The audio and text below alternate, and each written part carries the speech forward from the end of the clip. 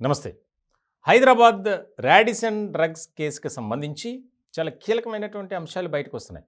ఇప్పటికే ఈ కేసులో 14 మంది నిందితులుగా చేర్చారు. 6 అరెస్ట్ అయ్యారు. మిగిలిన వారంతా పరారీలో ఉన్నారు. దానికి సంబంధించి కూడా ఒక ప్రత్యేక బృందం వారి కోసం గాలిస్తుంది. ఇట్లాంటి సందర్భంలో అసలు డ్రగ్స్ ఎలా వచ్చాయి? ఎవరు ఎక్కడి నుంచి తీసుకొచ్చారు? అనే దాని మీద చాలా ఆసక్తికరమైనటువంటి చర్చ జరుగుతుంది. ఇప్పుడు నేను అదే వివరించబోతున్నాను. అసలు ఏదైతే రాడిసన్ హోటల్లో డ్రగ్స్ పార్టీ ఏర్పాటు చేసినటువంటి కీలకమైనటువంటి వ్యక్తి భారతీయ జనతా పార్టీకి సంబంధించినటువంటి ముఖ్యమైన నేత యోగానంద్ కుమారుడు వివేకానంద్.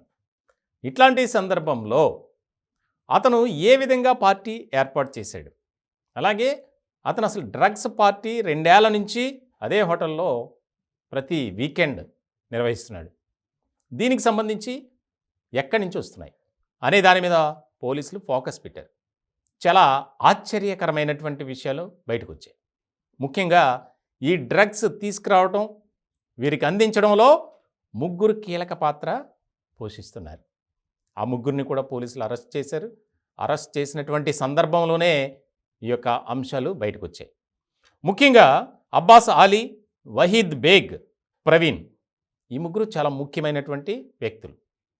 కోట్లాది రూపాయలు విలువైనటువంటి కొకైన్ అలాగే ఇతర మత్తు పదార్థాలని చక్కగా ఎవ్వరికీ అనుమానం రాకుండా తీసుకురావటంలో ఈ ముగ్గురే చాలా ఆరితేరారు అని చెప్పొచ్చు. ముఖ్యంగా వాహిద్ బేగ్ ఎవరైతే ఉన్నారో అతను డ్రగ్స్ తీసుకొస్తాడు, ఆలీకి ఇస్తాడు.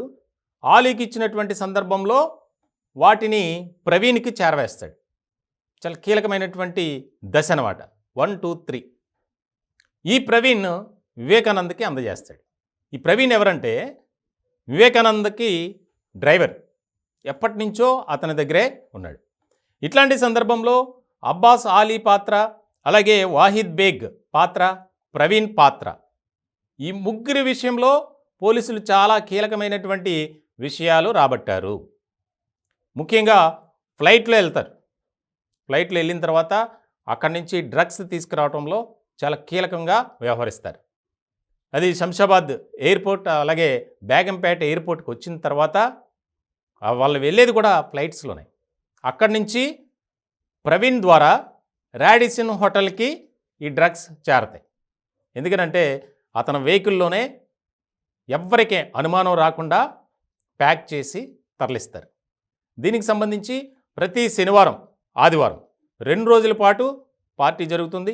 ఆ పార్టీలో శనివారం వచ్చిన వారు ఆదివారం ఉండరు. మళ్ళీ ఆదివారం వేరే బ్యాచ్. దీనికి సంబంధించి వాట్సాప్ గ్రూపులు కూడా క్రియేట్ చేశారు.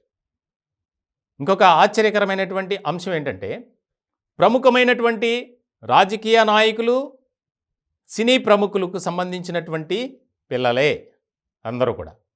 అది కూడా ఒక నిర్ధారణకు వచ్చారు పోలీసులు. ఇలాంటి క్రమంలో ఈ 3 ఎక్కడి నుంచి తీసుకొస్తున్నారు?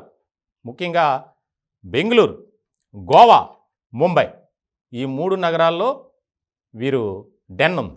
అంటే వేరే వారి దగ్గర నుంచి తీసుకురావటం. ముఖ్యంగా విదేశాల నుంచి కూడా తీసుకొస్తారు. కాకపోతే విదేశాలకు వీళ్ళు డైరెక్ట్గా వెళ్ళరు. విదేశాల నుంచి గోవా, ముంబై, బెంగళూరు, చెన్నై, ఢిల్లీ ఈ ప్రాంతాలకు వచ్చినటువంటి సందర్భంలో అక్కడికి వెళ్ళి జాగ్రత్తగా కలెక్ట్ చేసుకొని బ్యాగ్స్లో ఎవ్వరికీ అనుమానం రాకుండా తీసుకొస్తారు. ఇలాంటి సందర్భంలో దీనికోసం వివేకానంద్ కోట్లాది రూపాయలు ఖర్చు పెట్టాడు. ఎందుకంటే చాలా పకడ్బందీగా ఈ వ్యవహారం నడుపుతున్నారు. దీనివల్ల వివేకానంద్కి కలిసి వచ్చేది ఏంటి అనేది. అయితే వివేకానంద్ కొంతమంది నుంచి పెద్ద మొత్తంలోనే డబ్బులు తీసుకుంటున్నాడు అనేది కూడా ఒక నిర్ధారణకు వచ్చారు. ఇంకొక ముఖ్యమైనటువంటి అంశం ఏంటంటే ఈ కేసులో ఎక్కడైతే పార్టీ జరుగుతుందో ఆ పార్టీ జరిగేటువంటి పరిసర ప్రాంతాల్లో ఎక్కడా కూడా సీసీ కెమెరాలు పనిచేయవు.